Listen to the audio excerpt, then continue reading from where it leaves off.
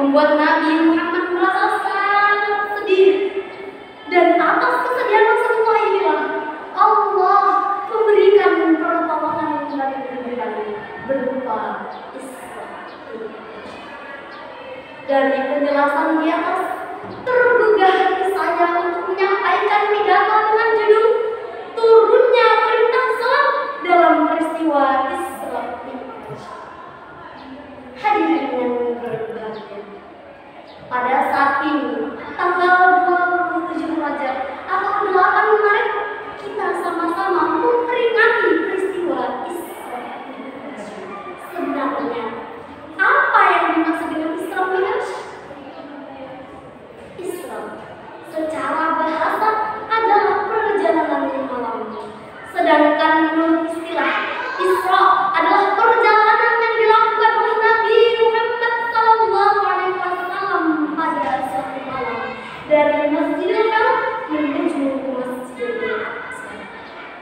Sedangkan Mi'raj adalah naiknya Rasulullah dari Masjidil Aqsa menuju ke Sidratul Muntaha untuk menghadap Allah Subhanahu wa Ta'ala.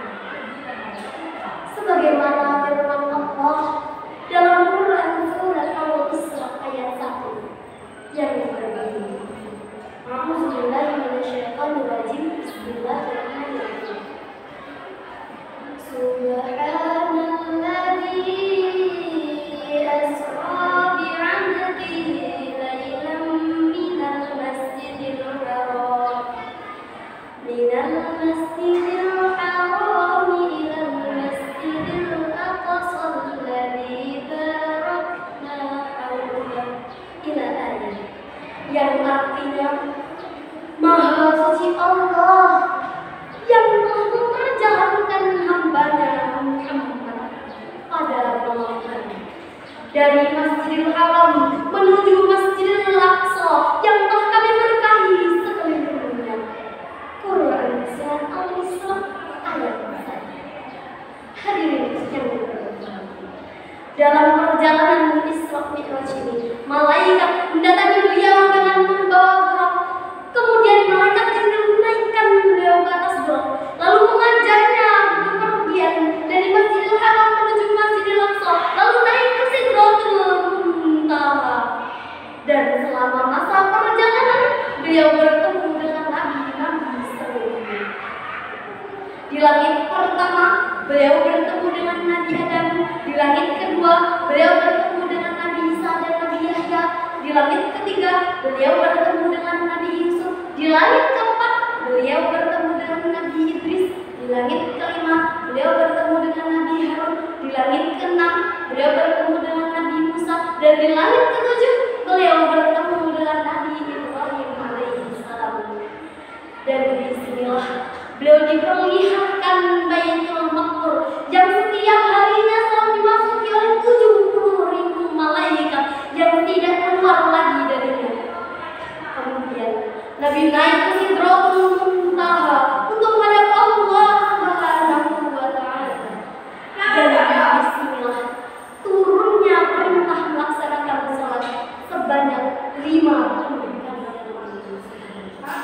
Namun Nabi Musa berkata kepada Nabi Muhammad SAW, berdoalah meminta pertolongan kepada Allah, karena sesungguhnya umatku tidak akan sanggup untuk melaksanakannya. Akhirnya Nabi Muhammad naik dan meminta keringanan kepada Allah, dan berkuranglah perintah melaksanakan salat yang awalnya 50 rakaat dalam sehari berkurang menjadi 5 kali, yang berkurang menjadi 5 kali sehari. Masya Allah. Begitu pemurahnya Tuhan kita, Allah Subhanahu wa Ta'ala. Nabi Muhammad melakukan perjalanan dari Masjidil Haram menuju Masjidil Aqsa, lalu naik ke Sidratul Muntaha hanya dalam satu malam.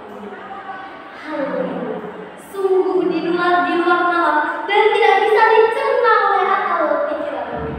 Tapi kita sebagai umat Islam yang beriman wajib untuk melakukannya.